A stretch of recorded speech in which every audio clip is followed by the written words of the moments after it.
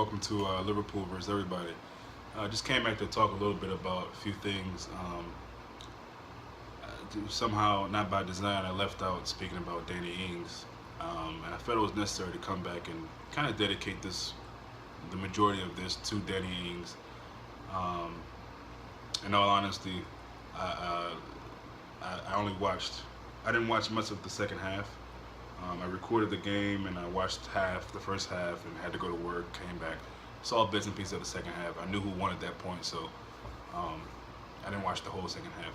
Obviously, he scored the goal. Um, One of the things I noticed about his goal was the aftermath.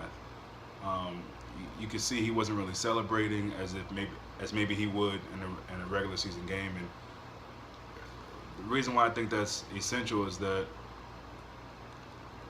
response. You saw the young kids coming up to him and congratulating him and happy, and he was just very calm. And for me, that meant that he's not a guy who's going to settle for mediocre. He had at least one or two of the chances that he didn't finish, and it just showed that he expects better out of himself. Um, um, I feel like Danny's going to be an X factor for us this year. We got somewhat of a crowded bunch for strikers, even though I feel like we're going to let go of Christian Benteke and apparently Balotelli as well. Hopefully bring in maybe one or two. I'm thinking maybe one, but it's going to be tough, I think, between him, Sturridge, and Origi. Klopp is really going to have in my mind, a hard decision to make on that. But yeah, just reflecting on that, that was lovely to see how Danny kind of he scored his goal, and there wasn't a whole bunch of hoopla about it. I think in the back of his mind, he was thinking, if I would have finished my other chances, which I think it was just one or maybe two other chances or more, maybe we would have won 2-3-0. And so that to me is a huge thing. I know for some people it might be small, not a big deal, but to me it's a big deal, because I think it comes from a place of hunger, of knowing he can be better than that, of knowing that he has a lot to offer, and there's a reason why he came to Liverpool, and that his form that he was in at Burnley wasn't just a one-hit wonder type of thing. He has the potential to be great, and I really think he's going to have a good career at Liverpool. So that was just good to see, and I wanted to touch on that.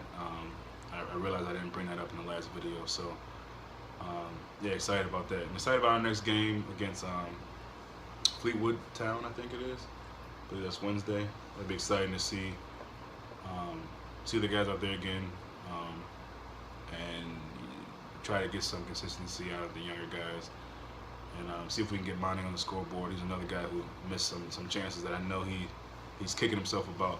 But again, you like the passion, you like the and I hate to use the word potential, but you can see that in Mane for sure. At least I can. The second thing I wanted to talk about was Moussa Sissoko. Now, I hate to be prisoner of the moment and all of that, but ever since he's come in the French side, or he came in the French side, they lost today, as everyone knows. I mean, he's been a godsend for them, I think. His pace, his power. That first half against Portugal, I mean, he was eating them up. And another guy who you feel for, because he had chances, 2 or 3, that 9 times out of 10 he's gonna make most of those. And so, all the Sissoko haters, again, I'm not trying to be prisoner of the moment, and I don't think his performance for France should say everything, but just perhaps he just wasn't happy at Newcastle. I don't know. I'm not a Newcastle fan. Maybe some Newcastle fans have some insight, although I don't really like to follow that too much. But I've always liked Sissoko. It wasn't just during his Euros. I've always thought he had a lot to offer a team that he felt wanted him, and a team that he felt comfortable at. I do believe that if you're playing for a team, you're getting paid to play for a team, that's your living, you should bring your A game every game. Try your best every game. So I'm not going to give him a pass on that. And I don't know that wasn't true. Let the Newcastle fans tell it. He's lazy. And, I mean, even Liverpool fans, people in general, say that he's a lazy player. So I don't know that to be true, so I'm not going to put that title on him. But what I will say is that I'd love to see him in a Liverpool shirt. I mean, that pace, that strength, and just raw, a beast the strength was just ridiculous to me. Um, and on Portugal, they a lot of people are surprised that they were able to win, but they've done what they had to do to get where they got. And I know this new format for group stages. If it was the old format, they might not even made it this far because they ended up third in their group and they still got through. But they ended up winning, so I don't know what you can say negative about them.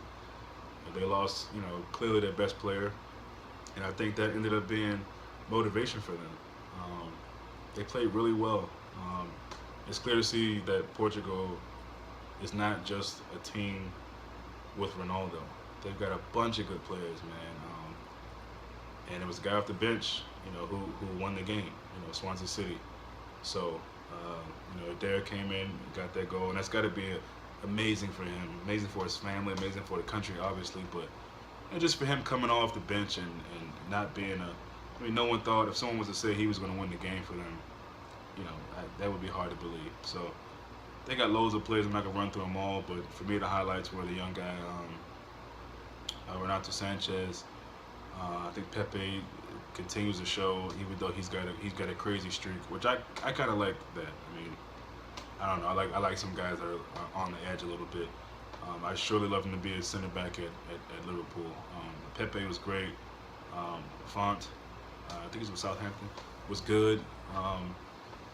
They just got loads of players that showed their worth, I think, throughout the whole tournament, especially in the last few games. So, hats off to Portugal. They did really well. They did deserving of the championship.